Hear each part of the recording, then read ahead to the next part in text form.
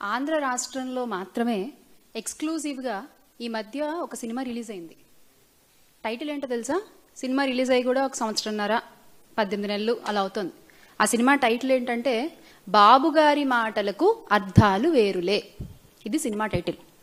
అంటే ఎన్నికల ముందేమో బాబు వస్తే జాబ్ వస్తుంది, ఇంటింటికి ఒక ఉద్యోగం వస్తుందని అని చెప్తారు. అంటే దాని అర్థం ఏంటి? ఆయన వచ్చిన తర్వాత మద్యం షాపులు వస్తాయి, ఊరూరా బెల్ట్ షాపులు విస్తరిస్తాయి అని అర్థం అన్నమాట. అలాగే ఎన్నికల సమయాల్లో బాబుగారు వస్తే పరిశ్రమలు వస్తాయి అని చెప్తారు. ఆ వచ్చే పరిశ్రమలు ఏంటి? ఈ కల్తీ లిక్కర్ పరిశ్రమలు అనమాట, కల్తీ సారా పరిశ్రమలు అని మనం అర్థం చేసుకోవాలి. ఇలా గత 18 నెలలుగా ఈ కూటమి ప్రభుత్వం అధికారంలోకి వచ్చిన దగ్గర నుంచి బాబుగారు ఒక మాట మాట్లాడారు అంటే దానికి చాలా లోతైన అర్థాలు ఉంటాయి. అవి జాగ్రత్తగా ప్రజలు ఇప్పుడిప్పుడే అర్థం చేసుకుంటున్నారు. ఇప్పుడిప్పుడే ప్రజలందరికీ కూడా రాష్ట్రంలో అర్థమవుతోంది. జగన్ గారి హయాంలో గ్రామ సచివాలయాలు, ఆర్బీకే సెంటర్లు, విలేజ్ హెల్త్ క్లినిక్లు, ఫ్యామిలీ డాక్టర్లు అంటూ ఊరూరా మంచి చేసుకుంటూ పోతే వాటన్నిటిని నిర్వీర్యం చేస్తూ వీళ్ళు ఊరూరా చేసింది ఏంటయ్యా అంటే మద్యం షాపులు, బెల్ట్ షాపులు, కల్తీ లిక్కర్లు, తద్వారా పోతున్న ప్రజల ప్రాణాలు. ఈ అర్థాలన్నీ కూడా ఇప్పుడిప్పుడే రాష్ట్ర ప్రజలందరికీ కూడా కళ్ళకు కట్టినట్టుగా అర్థమవుతున్నాయి. అంటే ఈ మద్యం మాఫియాతో ఒక అనాగరిక అరాచక పాలన కొనసాగుతోంది ఈ రోజున ఆంధ్ర రాష్ట్రంలో. మీరు ఎనీ టైం మీరు వెళ్ళండి, మీకు మద్యం దొరుకుతుంది. ఒక ఆప్షన్ కూడా కాదు, 100 ఆప్షన్లు ఉంటాయి మీకు. చక్కగా మీరు చూస్ చేసుకోవచ్చు. మీరు ఆ మద్యాన్ని తాగొచ్చు, ఆ కల్తీ మద్యాన్ని. మీ ప్రాణాల బాధ్యత. మరి తర్వాత ఇంకేమవుతుందో అది దేవుడికే ఎరుక. ఇది రాష్ట్రంలో ఈ రోజున పరిస్థితి. అసలు 24 గంటలు ఏరులై పారుతున్న మద్యం, అర్ధరాత్రి అపరాత్రి అన్న టైం కూడా లేదంటే 12 గంటలు 1 గంటలకు కూడా మద్యం దొరుకుతుంది ఈ రోజున ఆంధ్ర రాష్ట్రంలో. అసలు ఈ టైంకి ఈ అర్ధరాత్రి టైంకి కూడా మద్యం ఎందుకు దొరుకుతుంది అంటే ఒకవైపు బెల్ట్ షాపులు, మరొక వైపు కల్తీ మద్యం, రెండింటినీ చక్కగా బ్యాలెన్స్ చేసుకుంటూ పర్ఫెక్ట్ బిజినెస్ నడిపిస్తుంది ఈ కూటమి ప్రభుత్వం. దానికి తోడుగా అసలు ఈ మద్యం అనేది కల్తీదా అసలుదా తెలియని ఒక గందరగోళ పరిస్థితిలో కూడా ఈ రోజున ఆంధ్ర రాష్ట్ర ప్రజలు ఉన్నారు. బాటిల్ కొనుక్కుంటారు, ఆ మద్యం బాటిల్ పైన స్టిక్కర్ చూసి కొనుక్కుంటారు. అది నకిలీదా అసలుదా కూడా తెలియని పరిస్థితిలో ఈ రోజున రాష్ట్ర ప్రజలు ఉన్నారు. ఈ మధ్య ప్రభుత్వం ఒక జీవో విడుదల చేసింది గమ్మత్తుగా. బాటిల్ పైన ఒక క్యూఆర్ కోడ్ ఉంటుంది, దాన్ని స్కాన్ చేస్తే మీకు అసలుదా నకిలీదా మద్యం అనేది తెలుస్తుందట. అంటే స్టిక్కర్ ఒరిజినలే, పాపం స్టిక్కర్లో ఏం తప్పలేదు, స్టిక్కర్ ఒరిజినలే, కానీ లోపల మద్యం నకిలీదన్నమాట. ఇంత ఆర్గనైజ్డ్గా ప్రజల్ని మోసం చేస్తూ ఒక వ్యవస్థీకృతంగా ఈ మద్యం దందాన్ని నడిపిస్తుంది ఈ రోజు కూటమి ప్రభుత్వం. అర్ధరాత్రి అపరాత్రి అనే తేడా లేకుండా మద్యం విచ్చలవిడిగా అమ్ముతుండడంతో, విరివిగా దొరుకుతుండడంతో, అందుబాటులో ఉండడంతో ఎక్కడికక్కడ ప్రజలు దాన్ని కొనుగోలు చేస్తున్నారు, తాగుతున్నారు, రోడ్ల మీదకి వచ్చేసి వాళ్ళకి ఇష్టం వచ్చినట్టుగా ప్రవర్తిస్తున్నారు. అంటే ఇంతకు ముందు వాళ్ళ నాయకుడు కూడా, మన గౌరవ ఉప ముఖ్యమంత్రి గారు పీపీపీ గారు కూడా చెప్పారు కదా, మీరు తీయండి బైక్ సైలెన్సర్లు తీయండి, మీరు విచ్చలవిడిగా పేట రేగిపోండి, ఏమవుతుందో నేను చూసుకుంటానని చెప్పి. సో ఒక ధైర్యం వచ్చేసింది అనమాట ఈ రోజున నేరగాళ్ళందరికీ కూడా. ఒక ధైర్యాన్ని ఇచ్చింది ఎవరు? ఈ కూటమి ప్రభుత్వమే. ఎలా? ఈ మద్యం ద్వారా. అదే మీరు ఒక టైం అంటూ రిస్ట్రిక్ట్ చేసి ఇంతవరకే మీకు మద్యం దొరుకుతుంది అని చెప్తే ఇన్ని ఘోరాలు, ఇన్ని అఘాయిత్యాలు, ఇన్ని అత్యాచారాలు, ఇన్ని అన్యాయాలు జరిగే అవకాశం తగ్గుతుంది కదా. మొన్న కర్నూలు బస్సు విషాదం తీసుకున్నట్లయితే గనక ఆ బైకర్ అర్ధరాత్రి మద్యాన్ని కొనుగోలు చేసి ఆ మద్యం మత్తులో బైక్ నడిపి పరోక్షంగా 19 మంది ప్రాణాలు పోవడానికి కారణం అవ్వలేదా? దానికి కారణం ఈ నకిలీ మద్యం కాదా? ఈ మద్యం మాఫియా కాదా? అసలు హైవే పక్కన బెల్ట్ షాపులు నడుపుతారా మీరు? అలా చేయొచ్చా?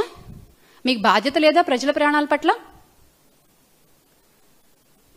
ముఖ్యంగా ఈ బెల్ట్ షాపులపై మాకు కొన్ని ప్రశ్నలు ఉన్నాయి. ఆ ప్రశ్నలకి సమాధానం చెప్పే దమ్ము, సమాధానం చెప్పే సత్తా ఈ కూటమి ప్రభుత్వానికి ఉంటే సమాధానం చెప్పండి. కొన్ని ప్రశ్నలు ఉన్నాయి మాకు. కర్నూలు బస్సు ప్రమాదానికి సంబంధించి రాష్ట్ర ప్రభుత్వం సమాధానం చెప్పగలరా? మీరు దీనికి బాధ్యత తీసుకుని మీరు సమాధానం చెప్పగలరా? మద్యం విచ్చలవిడిగా అమ్మడం వల్లే ఈ ప్రమాదం జరగలేదా? దీన్ని మీరు కాదనగలరా? అలాగే మీ విచ్చలవిడి విక్రయాల వల్ల, హైవేల్లో మద్యం అమ్మడం వల్ల ఈ ప్రమాదం జరిగింది. ఇది రాష్ట్ర ప్రభుత్వం బాధ్యతారాహిత్యం కాదా? హైవేకి అత్యంత సమీపంలో అసలు మద్యం షాపులు ఎందుకు నిర్వహిస్తున్నారు మీరు? అది తప్పని మీకు తెలీదా? రాత్రి 7 గంటలకు 8:45 శివశంకర్ అనే వ్యక్తి లిక్కర్ తాగారని మీరు చెప్తున్నారు. ఆ సమయంలో తాగితే తెల్లవారుజామున 3 గంటలకు బస్సు ప్రమాదం జరిగింది. ప్రభుత్వ వాదన పేలవంగా ఉంది కదా, ఈ విషయం మీకు అర్థం కావట్లేదా? మీరు చెప్పేటువంటి వాదన ఏదైతే ఉందో, మీరు చేసేటువంటి వాదన, అది ఎంత పేలవంగా ఉంది. అది దొరికిపోతున్నారు కదా మీరే అక్కడ. లక్ష్మీపురంలో బెల్ట్ షాప్ నిర్వహిస్తున్న మాట వాస్తవం కాదా? బెల్ట్ షాప్ నిర్వహిస్తున్న వ్యక్తి తన ఇంటి సీసీ కెమెరా కూడా పెట్టారు. మరి ఎందుకు మీరు ఆ ఫుటేజ్ బయట పెట్టట్లేదు? ఎందుకు ఆ వ్యక్తిని మీరు విచారించట్లేదు? అంటే ఈ నిజాలు బయటకు వస్తే మీ లోసుకులు బయటపడతాయనా? మీ తప్పు బయటపడుతుందనా? లక్ష్మీపురంలో ఉన్నది 1 కాదు 2 కాదు, ఏకంగా 3 బెల్ట్ షాపులు ఉన్నాయి. ఇది నిజం కాదా? దీన్ని మీరు కాదనగలరా? రాష్ట్రంలో ములకల్ చెరువులో నకిలీ మద్యం ఘటన బయటపడిన తర్వాత హడావిడిగా మీరు క్యూఆర్ కోడ్ అనే దాన్ని తీసుకొచ్చారు. కానీ మీరు విడుదల చేసిన క్యూఆర్ కోడ్ని చెకింగ్ చేసినట్టుగా మనకెక్కడ కూడా వీడియోలో కనిపించలేదు. ఆ క్యూఆర్ కోడ్ని చెక్ చేస్తున్నట్లుగా ఎక్కడ రిలీజ్ చేసిన వీడియోలో ఎక్కడ కనిపించట్లేదు. అంటే మీరు ఓన్లీ ఆర్డర్లు మాత్రమే ఇస్తారు. అవి అమలవుతున్నాయి సరిగ్గా అని మీ ఎల్లో మీడియాలో రాసేస్తారు, అబద్ధ ప్రచారాలు చేసేస్తారు. అది నిజం అని చెప్పి ప్రజలు నమ్మేయాలి, అంతేనా? లిక్కర్ షాపులు నిర్వహించేది టీడీపీ వాళ్లే, బెల్ట్ షాపులు పెట్టి అమ్మేది టీడీపీ వాళ్లే. అలాంటప్పుడు ఎవరు క్యూఆర్ కోడ్ను స్కాన్ చేస్తారు? మీకు దమ్ముంటే ఆన్సర్ చేయండి క్వశ్చన్. ఎవరు క్యూఆర్ కోడ్ని స్కాన్ చేస్తారు? ఎవరు నిజాన్ని బయటపెడతారు? రాష్ట్ర వ్యాప్తంగా ఈ రోజున 1 కాదు 2 కాదు, 1,50,000కు పైగా బెల్ట్ షాపులు అనధికారికంగా నడుస్తున్నాయి. టు బి ప్రిసైజ్, ఇంకా చెప్పాలంటే 1,65,000 సంథింగ్ కదన్నా, 1,65,000 అనధికారికంగా నడుస్తున్నాయి. ఈ నకిలీ మద్యాన్ని మీరు ప్రజలకు అమ్మి మీరు డబ్బులు బాగానే చేసుకుంటున్నారు, కానీ పోయేది ప్రజల ప్రాణాలు కదా. వాటి గురించి ఎవరు మాట్లాడతారు? ఎవరు మాట్లాడరు.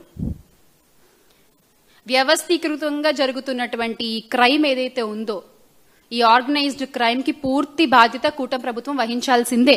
మీరు తప్పించుకోవాలన్నా తప్పించుకోలేరు, తప్పించుకోనివ్వం. నకిలీ మద్యం చిన్నపాటి ఫ్యాక్టరీలు ఈ రోజున రాష్ట్రం అంతా కూడా వ్యాపించున్నాయి. మద్యం షాపులు, పర్మిట్ రూమ్లు, బెల్ట్ షాపులు అన్నీ ఏ రకంగా తెలుగుదేశం పార్టీ నాయకులు, ఎమ్మెల్యేలు, తెలుగుదేశం మనుషులు నడుపుతున్నారో మనం చూస్తూనే ఉన్నాం. మనందరం కూడా చూస్తూనే ఉన్నాం. మద్యాన్ని వాళ్లే తయారు చేస్తారు, వాళ్లకు చెందిన షాపుల ద్వారానే మద్యాన్ని వాళ్ళు అమ్ముతారు. వాళ్ళ బెల్ట్ షాపుల్లో కూడా ఆ నకిలీ మద్యాన్ని అమ్ముతారు. మళ్ళీ దీని అంతటికీ ఒక పోలీస్ని కాపలాగా పెట్టి వాళ్ళ ఆధ్వర్యంలోనే ఎలా విక్రయాలు చేస్తున్నారు అనేది కూడా ఈ రోజున రాష్ట్ర ప్రజలందరూ కూడా గమనిస్తూనే ఉన్నారు.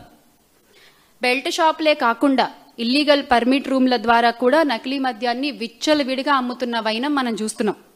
ప్రభుత్వ ఖజానాకి వేల కోట్లు నష్టం కలిగించడం ఒక ఎత్తైతే, ప్రజల ప్రాణాలు, కోట్లు పోతే సంపాదించుకోవచ్చు, ప్రజల ప్రాణాలు పోతే మీరు తెచ్చిస్తారా? ఎవరు బాధ్యత వహిస్తారు?